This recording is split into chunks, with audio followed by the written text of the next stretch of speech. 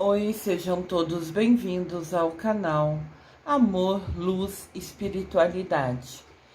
Eu sou Lúcia Diniz e trago para vocês hoje um vídeo especial. Um vídeo sobre a vida de Buda.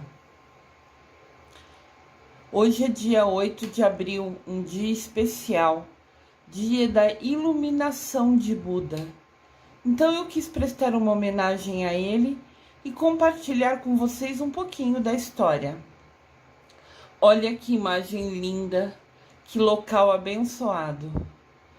Buda tem muitas imagens feitas em homenagem a ele, e eu vou falar um pouquinho da vida dele e vou mostrar algumas das imagens, da importância que ele tem para a nossa vida, para a história.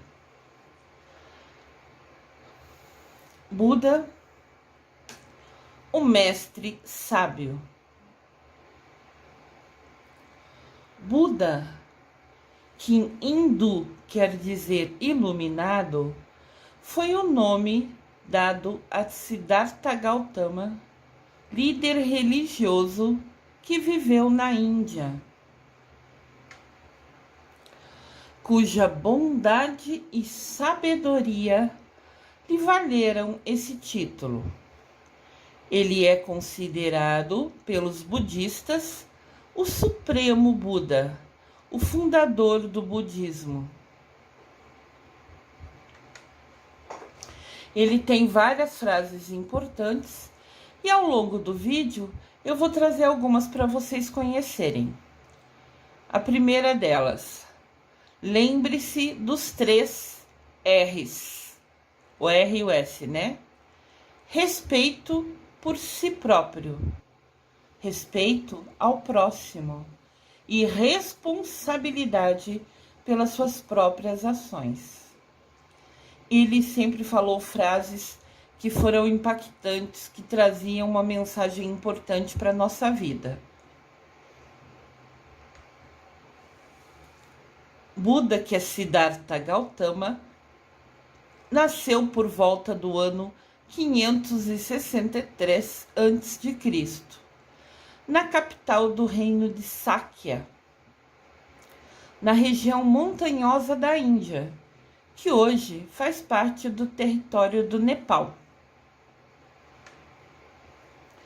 Porém, seu pai o educou na abundância e no luxo, sendo preparado para ser um guerreiro e líder político, tornando-se o seu sucessor.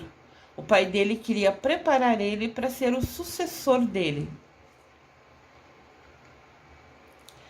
Siddhartha Gautama era um príncipe. Seu pai, querendo poupá-lo, querendo protegê-lo de ver as tristezas, doenças e miséria que ocorrem na vida, que existem na vida, encerrou-o num palácio saturado de luxo e beleza. Encerrou-o, prendeu-o, deixou-o ali, né? Fechou ele naquele lugar para ele não ver a realidade da pobreza que existe na Índia. Outra frase dele importante: as pessoas até podem mentir para a gente, mas a energia delas não. Às vezes a gente chega perto de uma pessoa que é só sorrisos, mas a gente não se sente bem perto dela. Não sei, parece que a gente não se combina, é estranho, né? A gente se sente incomodada perto de alguma pessoa.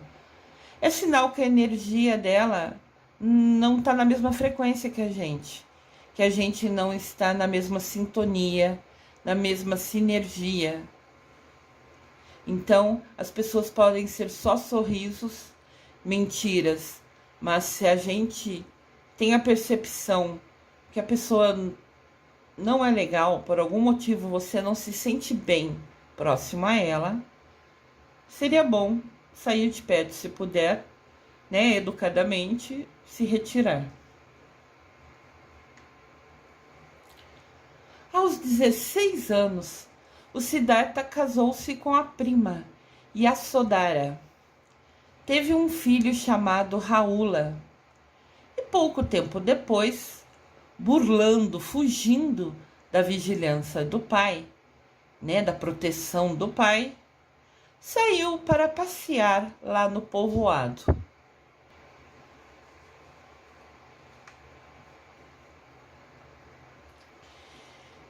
Buda viu que a vida na Índia era difícil. Os habitantes eram numerosos, o alimento escasso, pouco, e a divisão dos bens desigual, de modo que a fome e a miséria se integravam no dia a dia da maior parte da população. Foi então que, pela primeira vez, ele tomou conhecimento de que havia pessoas doentes, pessoas deficientes, pessoas miseráveis, ou seja, bem pobres. Enfim, ele soube que havia sofrimento e morte fora da gaiola dourada em que ele vivia. Gaiola dourada que o pai dele criou, ele escondendo a realidade da pobreza, da miséria que existe na Índia. Em algumas regiões, né? Como todo país, tem um lado mais pobre e um lado mais rico. Para o Siddhartha foi um choque, em contraste com a beleza da sua esposa, do seu filho e com o luxo que o cercava. A realidade o chocou e impressionou. Siddhartha, jovem, era rico, bem casado, tinha tudo para se sentir satisfeito. Porém, demonstrava desde o início, desde pequeno, tendência para meditar, que é fazer uma introspecção, se interiorizar, ficar refletindo, pensando. E ele também tinha tendência, né? Tinha o costume, tinha preferência para ficar tendo pensamentos espirituais. Era o que ele sentia, ele queria descobrir sobre isso. Ele queria entender tudo, o porquê de tudo, não simplesmente aceitar tudo que via. Abalado com essa descoberta, uma profunda compaixão se apossou de seu coração. E como resultado, ele tomou a decisão de abandonar toda aquela vida artificial de luxo e trocar as suas suntuosas, poderosas, lindíssimas roupas pelo despretensioso, pelo simples traje amarelo dos monges. Essa perplexidade, esse susto de ver a realidade foi se avolumando, foi crescendo dentro dele pouco a pouco, até o momento dele decidir raspar a cabeça em sinal de humildade.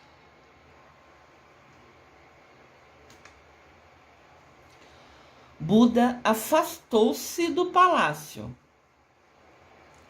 abandonando sua família, seus bens, todo o luxo e dinheiro que tinha e o seu passado, que era ser príncipe, filho do rei. E ele se lançou ao mundo em busca de explicações para o enigma da vida. Para buscar as causas da dor e a maneira de superá-la. No momento em que atingisse o seu objetivo, que descobrisse como superar essa parte triste, né, de dor da vida, ele ensinaria aos homens o caminho dessa iluminação.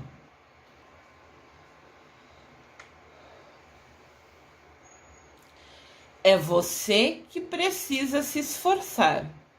Os mestres apenas apontam o caminho. Essas são frases de Buda, né? E ele falou exatamente o que ele estava fazendo nesse momento. Ele decidiu por si só largar tudo, toda a vida de luxo que ele teria, para ir em busca de respostas. Como superar a dor, como superar as misérias, como descobrir um caminho para relevar tudo isso, para entender tudo isso. E era em busca disso que ele deixou a família e todo mundo. Ele usou o livre-arbítrio dele para ir atrás de respostas, que era o que ele queria. Siddhartha era novato em questões espirituais. Ele tinha vontade, ele tinha pensamentos, mas não sabia exatamente como fazer. Então ele juntou-se a 5 ascetas. Ascetas são pessoas que buscam se afastar dos prazeres da vida, dedicando-se às orações e visando somente o desenvolvimento espiritual. São pessoas que se afastam do luxo, de todo o prazer da vida, se dedicando somente à oração. E ele então se uniu a essas 5 pessoas. E com eles passou a jejuar e fazer orações. Mas, como o estômago vazio não lhe ensinava nada de novo, perdeu a fé no sistema e voltou a comer. Eles deixavam de comer e ficavam rezando. E Siddhartha viu que a barriga vazia, a fome que ele sentia, não deixava ele focar no que ele precisava.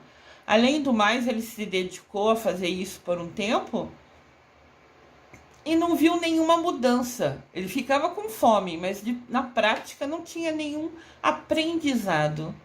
Então ele perdeu a fé nesse processo, nesse procedimento, e voltou a comer.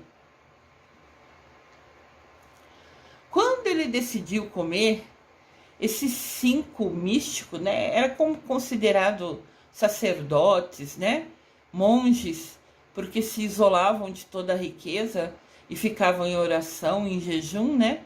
É como se fossem monges. Então esses 5 monges ficaram decepcionados e abandonaram o Siddhartha Gautama, que durante os 6 anos seguintes passou o seu tempo meditando em total solidão. Os outros 5 pessoas, os outros 5 homens se afastaram dele porque ele comeu e ele ficou sozinho, buscando as respostas que ele queria, em total solidão. Outra frase do nosso amado Buda: aquilo que eu não gosto em ti, eu corrijo em mim. Se eu convivo com uma pessoa, ou conheço no trabalho, em qualquer local, uma pessoa que tem uma atitude, faz alguma coisa que não é legal, eu fico ciente que aquilo não é legal e mudo isso em mim, para que eu nunca repita o que ela faz, porque eu vi que não é legal. Então a gente aprende, inclusive, observando nossos colegas, nossas pessoas próximas, em mínimos detalhes. De repente a pessoa tem o costume de falar palavrão, vamos dar um exemplo qualquer aqui, e você não acha legal isso. Então você vê que ela faz aquilo e te incomoda. Então você decide que a partir de ver que aquilo é desagradável, nunca mais vai falar palavrão. Ou seja, as ações da outra pessoa nos ensinou como não queremos ser. Olha que interessante. Essa percepção, esse aprendizado que Buda nos dá. A iluminação de Buda.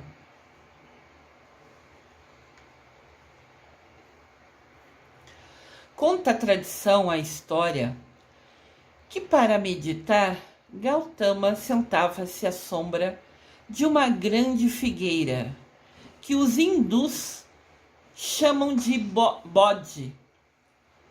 Se eu pronunciei errado, peço perdão, eu tento, né? Mas eu não entendo as palavras indianas.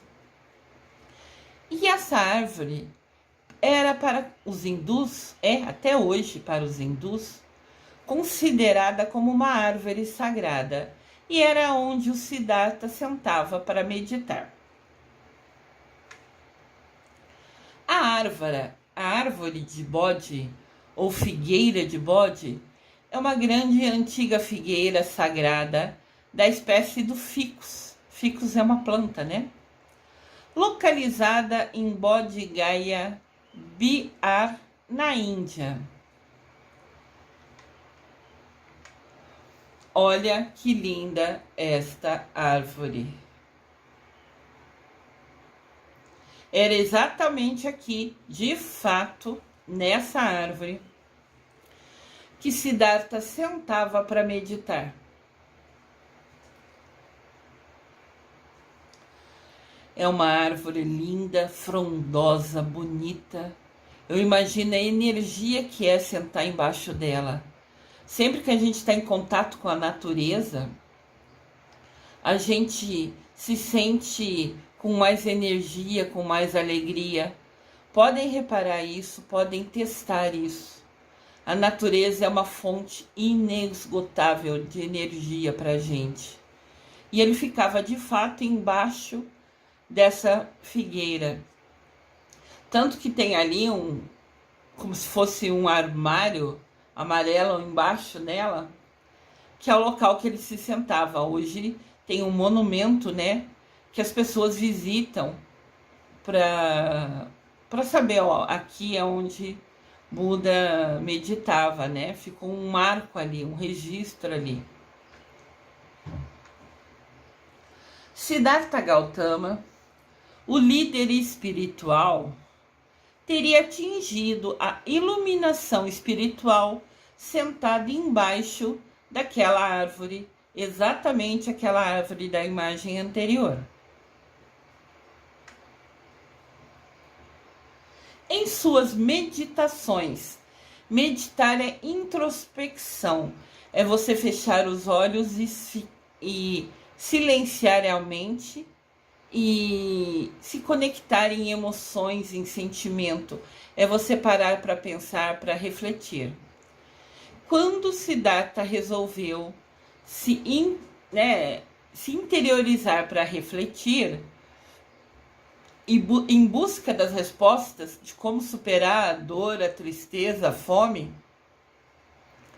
nessas meditações ele teve visões de Mara. Mara, segundo a história, né, é um demônio que ora atacava o Siddhartha com chuva e raios, ora lhe oferecia vantagens, tudo para demovê-lo de seu propósito, tudo para fazer ele parar de ficar em reflexão, em meditação. Ou seja, ele estava ali meditando em busca de respostas de como superar tristeza, fome, dor. E ele estava em silêncio, ficou ali por bastante horas. E quando você está quieto, sempre aparece aquela tentação, né? Quando a gente está fazendo alguma coisa boa, buscando fazer alguma coisa boa, sempre aparece uma tentação para a gente. Jesus Cristo, quando foi meditar no deserto por 40 dias, foi tentado. Ele aqui, um simples humano, né?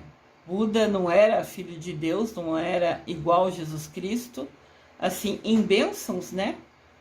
Mas era uma pessoa determinada em descobrir como superar a fome, como superar a dor, para que trouxesse paz. Ele queria trazer paz para o povo que ele viu sofrendo, né? Então ele se isolou, né? Entrou em reflexão, em conexão, né? Com seus guias, com Deus, buscando respostas de como ajudar esse povo. E é claro que quando ele estava meditando, buscando essas respostas, sempre vem alguém para atrapalhar e tentar tirar você, né, daquele momento de conexão total com Deus, com seus guias. Então esse demônio fazia de tudo para descentralizar ele, para tirar o foco dele, que estava dedicado, focado, né, Ele estava com a mente direcionada em descobrir como silenciar, como superar as dores, a fome, a miséria. E ele ali, fazendo uma coisa boa, buscando respostas, conectado com Deus, vem alguém sempre para tentar, para te atrapalhar, porque você está fazendo coisa boa, né? Isso acontece no nosso dia a dia, em coisas simples que a gente faz. Sempre que a gente está fazendo uma coisa que é boa, às vezes vem uma pessoa ou outra para falar que aquilo não é bom, para reclamar, para julgar o que a gente está fazendo. Ignorem sempre que os outros falam. Sempre siga seu coração. Sempre siga a sua intuição, a sua voz interior. Se conecte a ela, se agarre a ela e fique firme. Sempre. Siddhartha Gautama ficou 49 dias meditando, sem comer, sem beber, quietinho embaixo daquela árvore sentado. Mara, que é o demônio, né? Teve de se conformar com a derrota, porque ele nunca conseguiu tirar a atenção, a concentração e o foco do Siddhartha. Óbvio que esse foco foi escolha do Siddhartha. Ele se determinou, se obrigou a ficar ali e ignorar o Mara, né? Então Mara deixou Gautama em paz. Ocorreu então o despertar espiritual que o jovem tanto procurava. Ele encontrou a resposta que ele queria. Ele ficou 49 dias, que é 7 vezes 7. Eu já falei em vídeos aqui, inclusive nos vídeos da Quaresma, a importância do número 7 na Bíblia e na história. Então procurem os vídeos da Quaresma lá, que vocês vão descobrir a importância do número 7 na história, a força que ele tem, a força do número 7, a força espiritual que ele tem. E o Siddhartha ficou 7 vezes 7. Nada por acaso, né? 49 dias quietinho, sentado, sem comer, sem beber, somente meditando. E foi depois de 49 dias. Alguns livros dizem que no dia que ele completou 35 anos, ele estava meditando, né, sentado embaixo do tronco daquela árvore. Então Siddhartha Gautama travou uma árdua batalha com os enviados de Mara. Ele ainda estava perto de conseguir as respostas dele e continuava Mara enviando tentações, provocações para tirar ele daquela concentração, daquela missão. Mara é o demônio que governa as ilusões. O exército dele é formado por medos, tentações, dúvidas, cobiças, entre outras imperfeições. Então o exército de Mara e o próprio Mara ficaram provocando o Siddhartha, que estava sentado, refletindo, pensando, interiorizando, buscando respostas, e o exército e o próprio Mara vinha tentar, provocar, atrapalhar, buscar atrapalhar a concentração do nosso querido e amado Siddhartha. Ele era o demônio que governa as ilusões. Olha que forte, né? Uma frase importante que Siddhartha nos ensinou, que o Buda nos ensinou. Guardar raiva é como você segurar um carvão em brasa, com a intenção de atirar em alguém. É você sempre que se queima. Então, quando a gente fica com raiva de alguém, em alguma discussão, algum desentendimento, a gente fica com raiva da pessoa, mas a pessoa está longe, não está nem aí, talvez está até ignorando que você ficou com raiva. Então a raiva só faz mal para você. A raiva só machuca, só queima você. Então tá aqui mais um ensinamento desse gênio que foi Buda, né? Nos ensinando, não vale a pena guardar raiva. A outra pessoa tá indiferente a você e você se machucando com aquele sentimento negativo, ruim, preso dentro de você. Para chegar à sabedoria plena, as respostas que Buda queria, ele precisava abandonar os territórios de Mara, né? Como se fosse a região, a área que Mara cuida, né? Ele governa das ilusões. Então, para Siddhartha chegar à sabedoria plena, ele tinha que sair desse território governado por Mara. Mas esse demônio não costuma deixar ninguém escalar os seus muros com facilidade. É como se a área, né, esse domínio de Mara fosse cercado por um muro.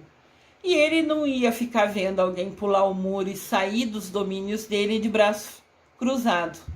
Ele ia sempre impedir, né? Então, ignorando o exército de Mara, ignorando tudo que é ilusão, sentado debaixo da árvore, o príncipe Siddhartha alcançou a sua iluminação. Outra frase do nosso querido e amado Buda: a paz vem de dentro, não procure em volta. Quando ele estava meditando, refletindo, pensando, se interiorizando, buscando respostas, conectado com Deus Pai, com seus guias, ele descobriu que o que acontecia em volta, ele ignorava. Ele ficou 49 dias em silêncio, ignorando tudo o que acontecia em volta dele, porque a paz estava dentro dele. Então, Siddhartha, ali refletindo, depois de 49 dias, dissolveram-se, abriram os últimos véus que cobriam a sua mente. Desapareceu a falsa percepção e isso lhe permitiu compreender que os sofrimentos provêm das ilusões. Olha que aprendizado importante. Os sofrimentos vêm das ilusões.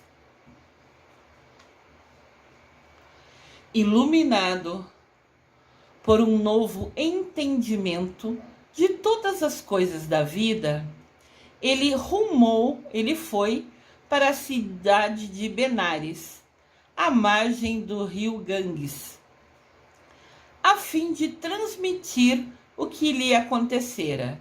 Então ele entendeu que todo sofrimento vem das ilusões. Ele ficou 49 dias sentado, sem comer, sem beber, sem dormir, somente refletindo, meditando. Quando você realmente se conecta a Deus, como você realmente se conecta aos seus guias, você entra num estado de paz, num estado pleno, né? Você silencia a mente, ignora o que está acontecendo em volta, para sentir que as respostas venham no seu coração. E tá aí um aprendizado super importante, mas ao mesmo tempo desafiador. Ficar 49 dias sentado embaixo de uma árvore, na mesma posição, sem comer, sem beber, sem dormir, ignorando as pessoas que começaram a ficar ali parados em volta dele. Começou a juntar uma multidão aonde ele estava sentado, surpreso. O que ele está fazendo ali? Nossa, eu passei ali, ele estava ontem ali e continua na mesma posição hoje. Começou a chamar atenção ele sentado ali, começou a formar uma multidão ao lado dele, e nem assim ele se importou. Haviam pessoas perto conversando, diz que alguns sábios, sacerdotes importantes da lei souberam dele, foram lá vê-lo, e ninguém entendia, e ele ignorava tudo isso porque ele estava conectado a Deus. Ele escolheu ignorar tudo o que estava acontecendo em volta dele, cada palavra dita, para se conectar a Deus. Olha que determinação, que força de vontade. Olha que utilização do livre-arbítrio para algo bom. Depois que ele descobriu que toda coisa ruim, né, tudo que acontece, os sofrimentos que acontecem, estão ligados com as ilusões da vida, ele descobriu essa resposta, ele saiu dali e ele foi até a outra cidade para contar para o povo o que tinha acontecido, né? O que ele descobriu, ele queria compartilhar esse aprendizado.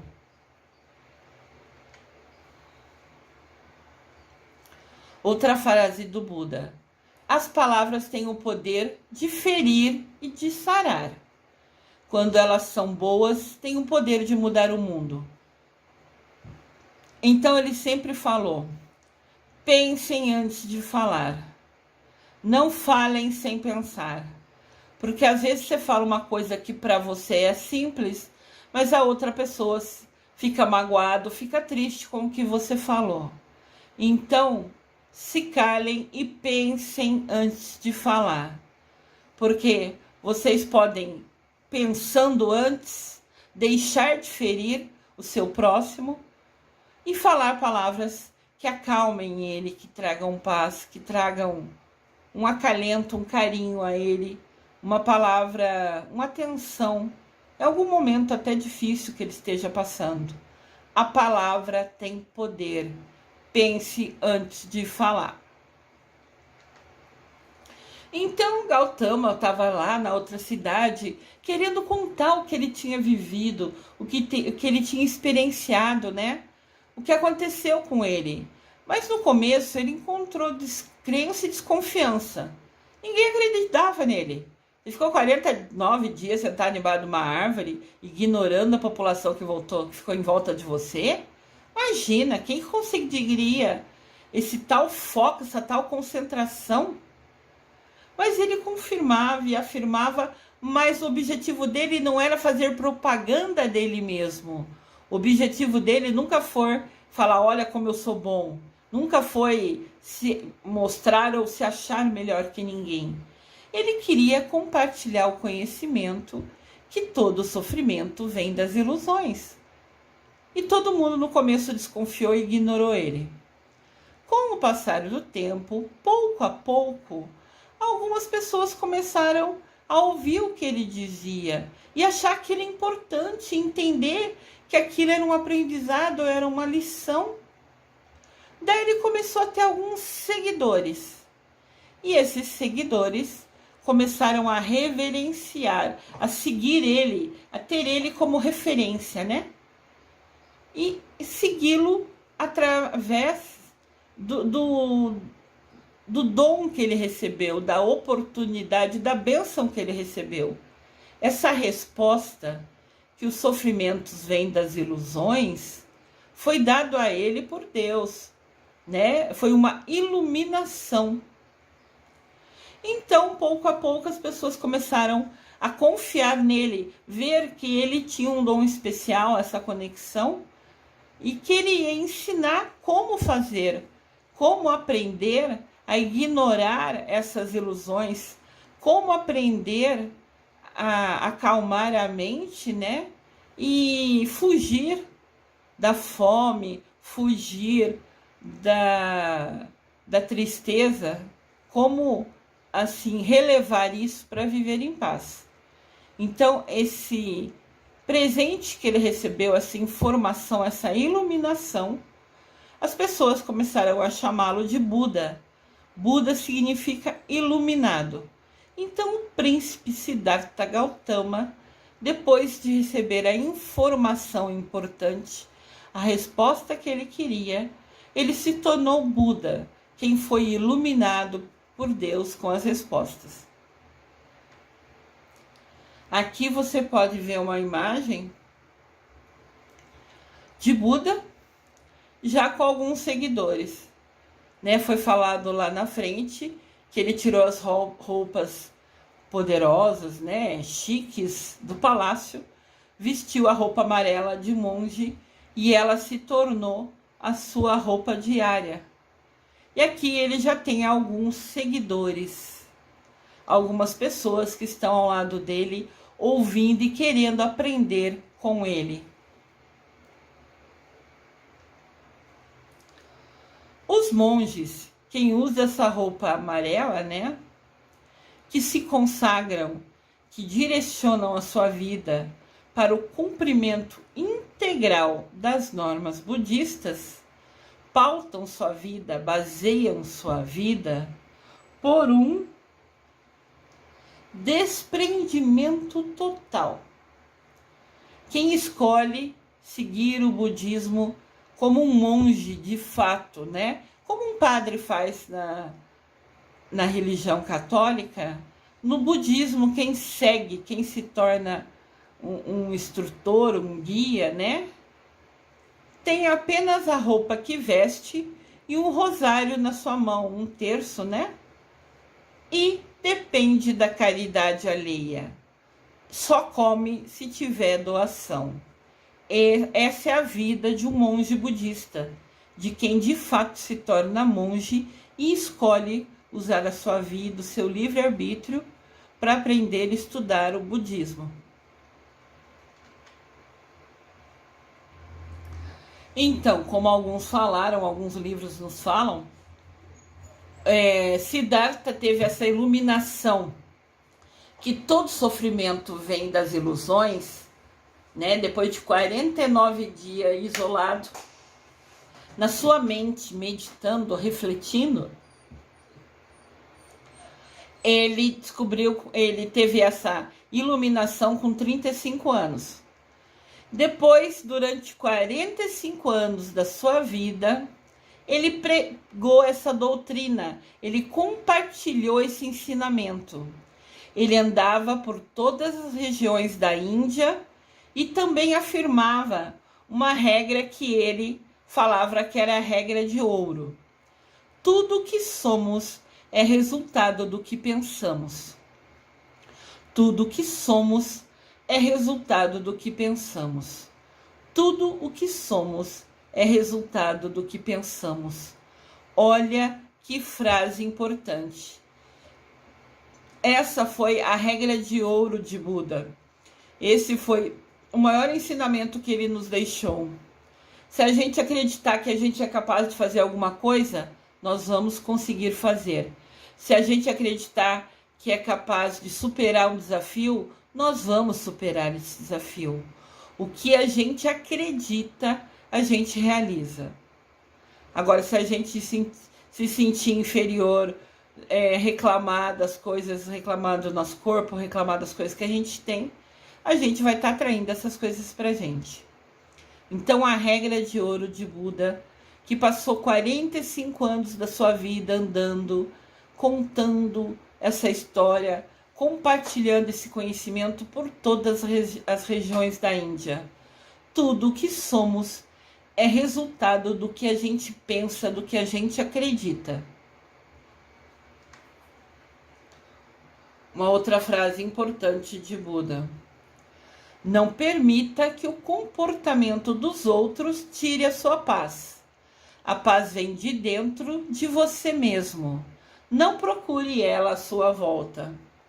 Então, o Siddhartha ficou 49 dias sentado embaixo de uma figueira, ignorando o povo que começou a formar em volta dele, ignorando o que falavam, ignorando tudo, simplesmente porque a paz estava dentro dele. Ele estava interiorizado, ele estava em paz, ele estava buscando como superar o sofrimento, como descobrir isso.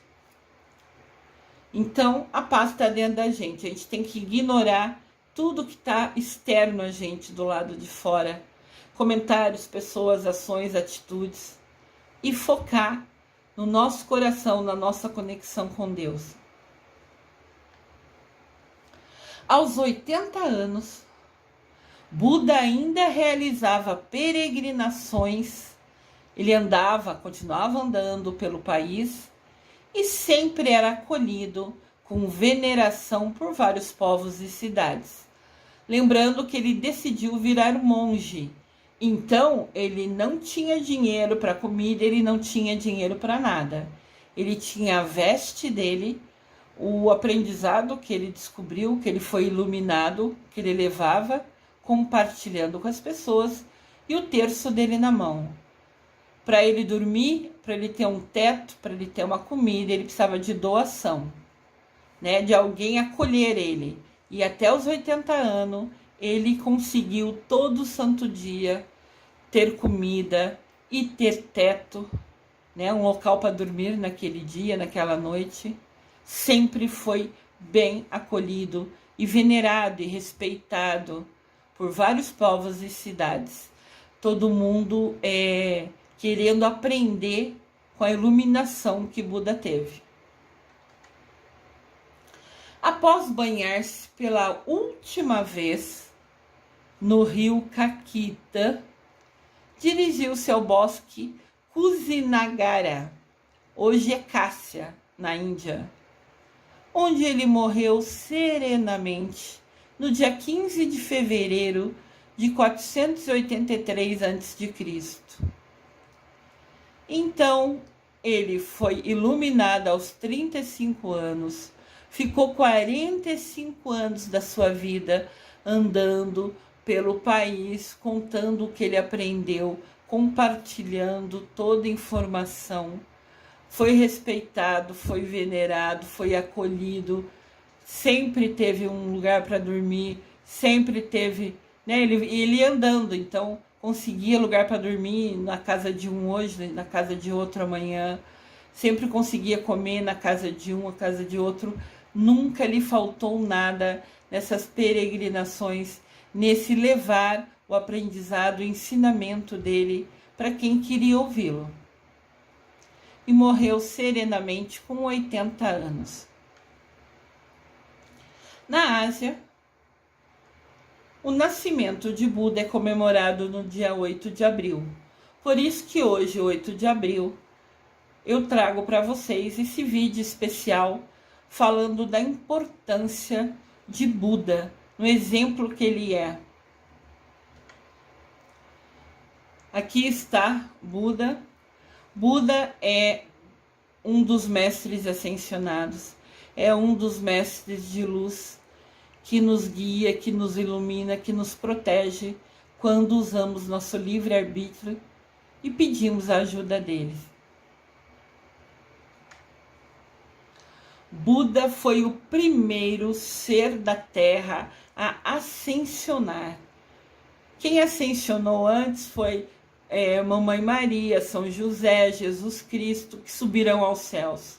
Buda foi o primeiro humano que era simples, só humano, né? Não era filho de Deus, por exemplo, né? Era uma pessoa normal até então, mas usou a sua vida, os seus ensinamentos, o seu aprendizado, compartilhando com todo mundo. Então ele foi o primeiro ser da Terra a ascensionar, a subir aos céus. Hoje ele faz parte da grande hierarquia da fraternidade de luz do planeta. Seu título é Senhor do Mundo. Ele foi o primeiro a subir aos céus, sendo um homem simples. Hoje ele é o Senhor do mundo, ele é o Senhor do exemplo, ele é o nosso guia. A palavra Buda, como ele também é chamado após a revelação, após o ensinamento, significa o estado pleno de iluminação, que é o mais alto grau de conhecimento que um homem simples, tornando-se divino, pode alcançar. Ele foi de um homem simples a um ser de luz. Ele teve uma evolução espiritual magnífica, magnânima. Ele chegou ao mais alto grau de conhecimento de um homem que se torna divino. Ele é o Senhor do mundo, ele é o nosso exemplo, ele é o nosso guia. Ele se tornou o Buda, que significa o desperto. Ele entendeu, ele despertou que todo sofrimento vem das ilusões. Nesse dia, se revelou ao Buda a missão de ser instrutor espiritual da humanidade. Quando ele descobriu, né, que todo sofrimento vem das ilusões, que ele conseguiu vencer o demônio Mara, que era quem governa as ilusões nas vidas da gente. Quando a gente permite que esse demônio governe a nossa vida, ele aprendeu, ele se tornou um instrutor, um professor, e foi compartilhando isso tudo em vida, por 45 anos, andando, ensinando isso, conseguiu ascensionar, né? Teve uma evolução espiritual total, e hoje ele é o nosso exemplo, o nosso guia, ele é o Senhor do mundo, em referência e em exemplo. É assim que ele é chamado. Aqui tem uma estátua de Buda maravilhosa.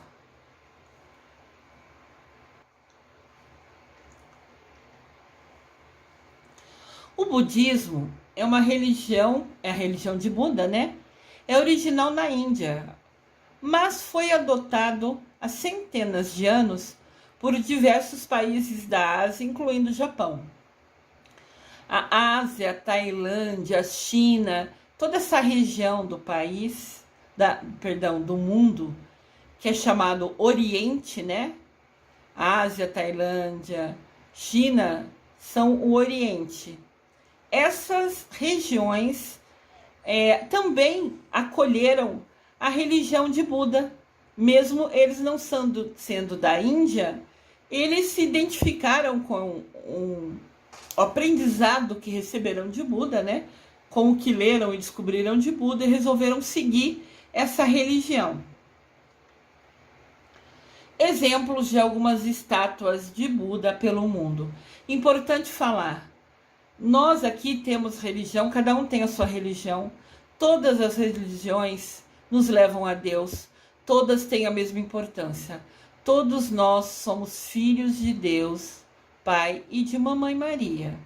Indiferente da religião que a gente tenha, normalmente a gente tem a religião que os nossos pais tiveram, eles nos ensinam naquela religião. Não importa se a religião é católica, luterana, se é budista, todas as religiões nos levam a Deus. Indiferente, não tem nenhuma melhor que a outra. Tem aquela que nós nos identificamos mais, que a gente se sente melhor, que a gente se sente acolhido. E tudo bem pela sua escolha. Nunca vai ter nenhuma religião melhor que a outra. Todas são iguais, todas nos guiam a Deus. Então, no Japão, aderiu ao budismo como religião. E eles, né, fizeram várias estátuas do Buda. Eu vou trazer algumas para vocês como curiosidade. Olha uma estátua de Buda feita num penhasco. Olha o tamanho disso. Leshan Jian Buda. Perdão se eu não falar correto, eu estou tentando, né? Eu não conheço. É a maior estátua de Buda de pedra do mundo. E foi esculpida, foi feita em um penhasco.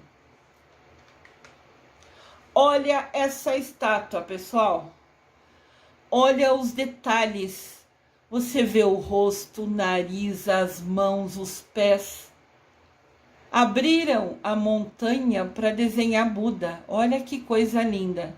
Embaixo a gente vê as pessoas que vêm visitar essa montanha.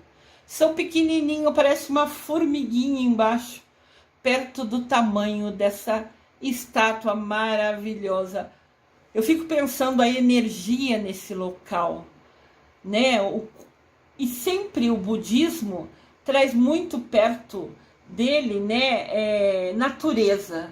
O budismo está muito ligado à natureza. Eles valorizam, eles respeitam demais a natureza. Então você pode ver que aqui foi feita uma estátua de Buda numa montanha.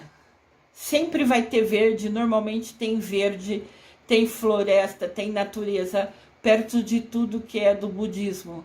Que isso, eles falam muito dessa energia que a natureza traz pra gente. Flores, plantas, né? Tudo isso tem uma energia muito forte. uma energia que nos faz bem, que nos acalma. Então o budismo normalmente está ligado muito à natureza. Mas eu fico assim, surpresa. As pessoas embaixo que estão visitando esse penhasco parecem formiguinha, comparado ao tamanho dessa estátua de Buda. Os habitantes que moram ali no local dizem que a montanha é o Buda, e o Buda é uma montanha. Ele se integrou ali, ele faz parte ali. Essa estátua de Buda tem 71 metros de altura. Uau! Olha aqui por outro ângulo.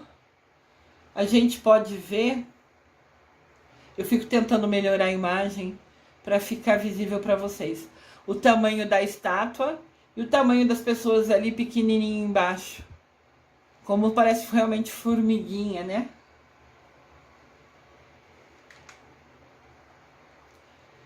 Segunda estátua de Buda, Wat Pho, o templo do Buda deitado. A impressionante estátua é coberta com folhas de ouro e fica em um ambiente fechado. Olha essa estátua, pessoal. É Buda como se fosse, né, encostando a cabeça dele na palma da sua mão, seu braço dobrado, né, apoiado no cotovelo, e você vê a estátua de Buda. Essa é a maior estátua de Buda deitado. Ela é coberta com folha de ouro e fica num lugar fechado, né? Indiferente se tem chuva ou sol, ele não fica exposto. É um lugar que você pode visitar. Se você for na Ásia, né, visitar esse país, você pode visitar essa estátua. Todas elas, né?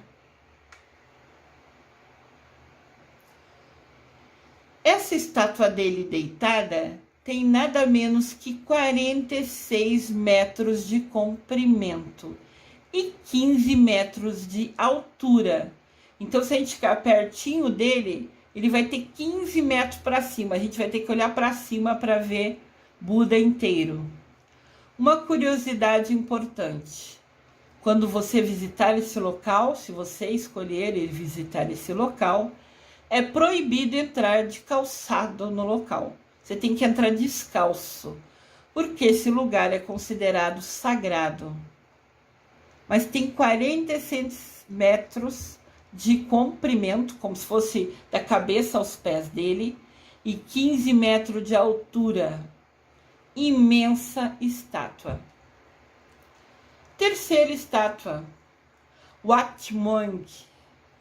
O próprio Buda é representado em posição de lótus. Posição de lótus é aquele sentar cruzando as pernas que a gente vê muito na yoga, que a gente vê muito nas meditações. Essa posição, esse sentar cruzando as pernas, chama-se posição de lótus. Essa terceira estátua que eu vou mostrar para vocês ergue-se a 92 metros de altura e fica no monastério de Wat Mong, em Angtong, na paradisíaca Tailândia. Tailândia é um país muito lindo, né? Olha a estátua, pessoal. De novo eu tento regular a luz para ficar visível. As pessoas aqui parecem de novo formiguinha embaixo deles. E todo mundo, quando vai visitar, fica de pé, tenta ficar na ponta do pé para tocar o dedo de Buda com a sua mão. Ali tem um rapaz, um homem, não sei, se esticando inteirinho para tocar com as suas duas mãos a ponta do dedo da estátua de Buda ali, né? Como se fosse se conectando a Buda. Muito lindo, enorme essa estátua. Sua pintura foi feita em ouro e cimento. E ela é a maior estátua da Tailândia. Né? Tailândia, China, Japão, todos seguem o budismo, né? Cerca de 95% da população da Tailândia pratica o budismo, segue os ensinamentos de Buda. Esses ensinamentos falam, né?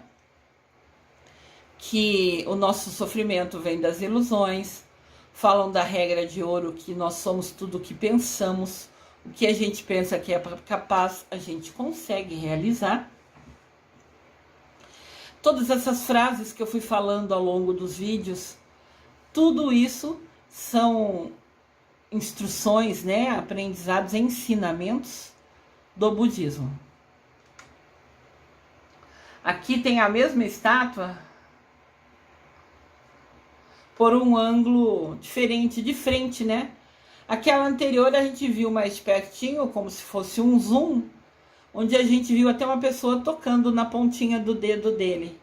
Você pode ver aqui do lado esquerdo da imagem, dessa imagem, que a mão de Buda está, a mão direita de Buda está virada para baixo.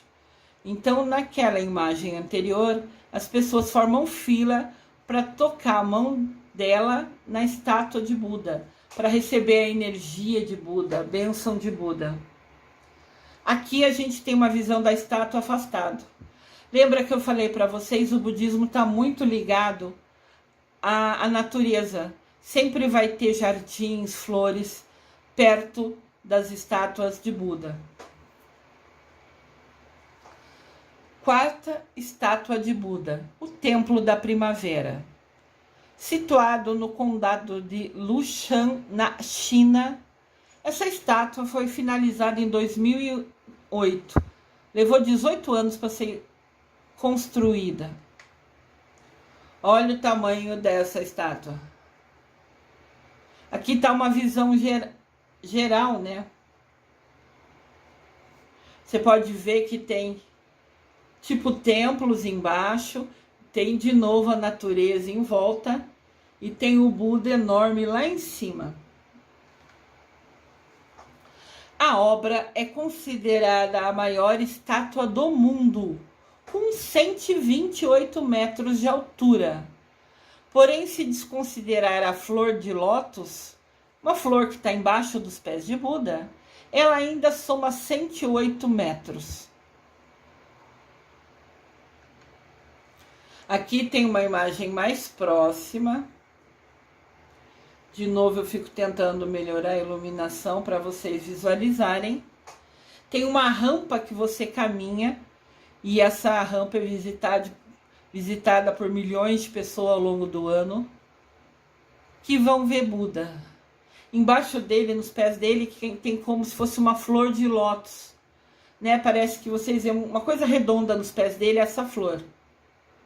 Dessa flor até ali em cima são 128 metros de altura, nessa maravilhosa imagem de Buda. Aqui tem um outro ângulo, talvez fique melhor para visualizar. Eu sempre busco trazer mais de uma imagem para que vocês consigam ter uma visão de fato de como é, né?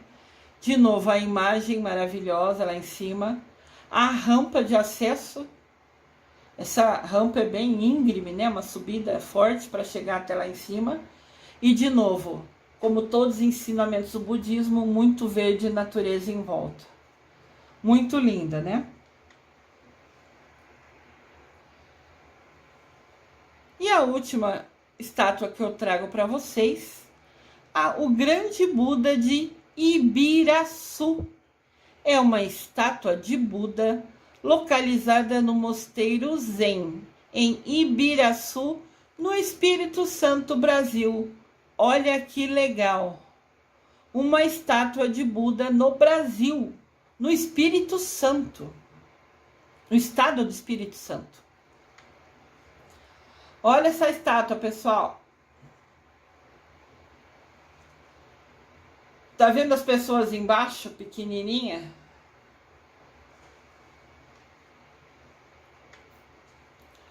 O Mosteiro Zen, Morro da Vargem, esse é o nome do local, né? É o primeiro e maior mosteiro Zen da América Latina. E o seu nome oficial é Parque Niwa Rempo Zenshi. Esse mosteiro faz parte do circuito Caminhos da Sabedoria e recebe milhares de pessoas que buscam percorrer esse circuito, andar por esses caminhos e visitar a estátua do Buda. Olha só.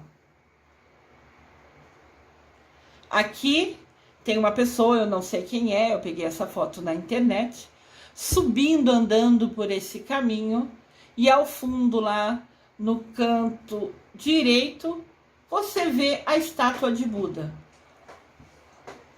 Nós sabemos que existem vários caminhos, ou penso que todos sabem, né?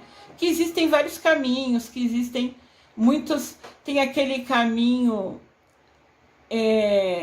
vários caminhos, assim, tem o caminho de Jerusalém que Jesus fez na Via Sacra, que é um caminho aberto que você pode visitar.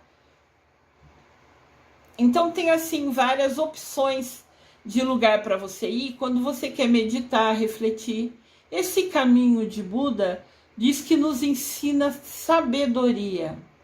Então você vai andando por ele sozinha, refletindo, pensando com seu coração, recebendo a energia linda desse local, de novo cercado de muita natureza, e diz que você encontra uma paz imensa, que você se sente plena, se sente assim, muito bem, uma sensação de tranquilidade, de harmonia com você mesma. Com 35 metros de altura, essa estátua é considerada a maior estátua esculpida de Buda no Ocidente. E ela é maior e mais alta que o nosso Cristo Redentor. Então, Ocidente é a nossa região. Oriente é onde fica a Ásia, a China, a Tailândia.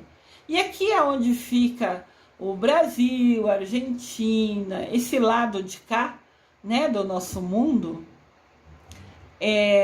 A gente encontra essa estátua de 35 metros de altura, é a maior fora da região ali da Ásia, da China, da Tailândia, é a maior. E ela é maior que o nosso Cristo Redentor. Cristo Redentor é um marco, né, uma das 7 maravilhas do mundo, é um registro, sempre que vê o Cristo Redentor, indiferente de qual lugar do mundo aparece imagem, todo mundo sabe que é o Brasil. Se tornou uma referência, né? E agora a gente foi abençoado com a construção de uma estátua de Buda de 35 metros no estado do Espírito Santo. A estátua gigante do Buda, aqui do Brasil, fica no mosteiro chamado Zen, em Ibiraçu. É uma cidade, né, que fica no norte do Espírito Santo. E diz que fica a 1 hora do aeroporto de Vitória, que é a capital do estado do Espírito Santo.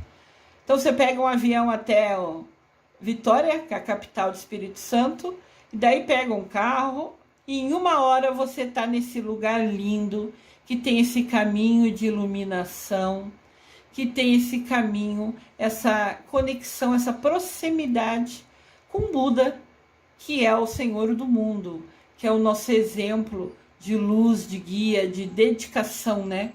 Ele ficar 49 dias meditando embaixo de uma árvore com total concentração é um exemplo, né? Incrível. Ele sempre vai ser o nosso guia, um ser de luz abençoado. Então essa estátua recebeu um batismo espiritual, como rege, né? Como é o fundamento do budismo. Sempre que é construída uma estátua, ela tem que ter um batismo espiritual. Algum monge tem que, como se fosse abençoar essa estátua, para que ocorra esse batismo dela. Olha essa estátua, pessoal. Isso é no Brasil, acreditem? Um lugar lindo, bonito para a gente conhecer. Você pode ver que tem as trilhas, né? A moça aqui está numa das trilhas, tem essa trilha que vai andando até chegar a Buda, que está lá em cima, poderoso, nos guiando, né? Nos iluminando. Os budistas acreditam que a estátua passa a ter alma depois da cerimônia que chama abertura dos olhos. Então, quando se termina a construção de uma estátua de Buda, Você fala com o chefe do budismo que fica no Japão, se eu não me engano, e ele abençoa essa estátua para ela ter alma, para abrir os olhos dela, para energizar ela, para todas as pessoas que forem até ela realmente receberem essa energia, essa conexão. Chama-se abertura dos olhos. A estátua ganha uma aura, ganha uma alma. Segundo o budismo, quando ela é abençoada, quando existe o batismo dela, ela se torna real, ela ganha uma alma. A segunda maior estátua de Buda do mundo, que fica no nosso Brasil, foi batizada em uma cerimônia à distância. Foi na época da pandemia, né? Na época que estava proibido qualquer tipo de contato. Olha que lugar, pessoal, agora de outro ângulo. De novo, o budismo sempre está cercado de natureza, de paz. Igual o Buda ficou, né, sentado nessa posição, meditando 49 dias embaixo daquela árvore. Aqui tem esse lugar lindo que você vê de muita paz. Diz que tem uma energia incrível esse local. Esta celebração de batizar essa estátua, quando foi inaugurada aqui no Brasil, foi comandada pelo monge Senji. Ele é o líder religioso do budismo, diretamente do Japão. Então, da mesma maneira que tem o Papa lá no Vaticano, na Itália, né? Que é o número 1, vamos falar assim, da Igreja Católica. Esse líder religioso budismo é o monge Senji e ele mora e fica no Japão. Então, ele estando no Japão, online, direcionou, fez uma celebração batizando essa estátua, abrindo os olhos dela, trazendo alma para ela. Olha que local, pessoal. A primeira imagem que eu trouxe para vocês na abertura desse vídeo até mostra que tem um lago do outro lado, que tem até peixes. É um lugar iluminado, é um lugar de paz incrível, cercado de muita calma, de muita energia. Não é à toa que esse caminho é chamado, né, de caminho da sabedoria. Que a gente, como Buda, né, ao caminhar nesse local, vai acalmando a mente, ouvindo o nosso coração, refletindo, pensando. É um aprendizado, né, a cada passo desse caminho. De acordo com o Abade, que é como se fosse um frei, um frade, do Mosteiro Zen Morro da Vargem, esse é o nome do bairro, né? O Abade chama Daijin Beach. Agora, os visitantes poderão realizar as suas preces e orações a uma imagem com alma. Eles acreditam que depois que foi abençoada, ela se torna viva, em energia, em bênção. Então, todo mundo que for até lá, que tocar nela, receberá essa energia, essa bênção dessa estátua. Olha que incrível! Uma visão maravilhosa. A segunda maior estátua do mundo de Buda fica no Brasil, no Espírito Santo. Olha que interessante. Nós pensamos que a maioria do Brasil é católico, né? Realmente pode até ser, mas o budismo já é muito forte dentro do Brasil a ponto de ter a segunda maior estátua de Buda do mundo. Num lugar que, a meu ver, é abençoado. Aqui tem uma informação interessante. Foi perguntado a Dalai Lama: qual a melhor religião? Dalai Lama ficou pensativo, porque sabia que ali tinha uma malícia naquela pergunta, tinha uma pegadinha, né? E todo mundo achou que ele ia falar que a melhor religião do mundo era o budismo, porque Dalai Lama também seguiu o budismo, né? E Dalai Lama vira e fala: a melhor religião é aquela que te aproxima mais de Deus, do infinito. Religião melhor é aquela que faz você ser uma pessoa melhor. Olha que bênção. Mesmo um monge budista não puxou para si falando que a religião dele era a melhor do mundo. Ele sabia que aquela pergunta tinha malícia, tinha uma pegadinha ali, né?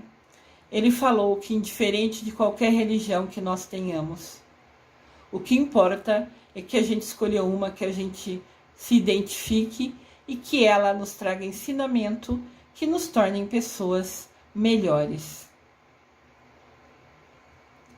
Uma última frase de Buda: que a bondade dentro de mim seja sempre maior que toda maldade ao meu redor.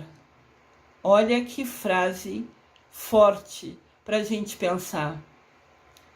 Que a bondade e a paz dentro de mim seja maior que toda a maldade ao meu redor. Que a gente, como Buda, claro que meros aprendizes, saiba ignorar toda murmurinho, toda conversa do lado de fora, próximo, e possa focar somente no que está no seu coração. Que a sua bondade, que a sua paz, que as suas coisas boas dentro de você seja maior, que você nunca se deixe influenciar por nada nem ninguém à sua volta. Que a bondade dentro de mim seja sempre maior que toda a maldade que está ao meu redor. Ensinamentos de Buda, um ser iluminado que está à nossa disposição quando pedirmos a ajuda dele, pedirmos a iluminação dele, com esse mestre muito sábio e iluminado. Eu desejo amor e luz a todos.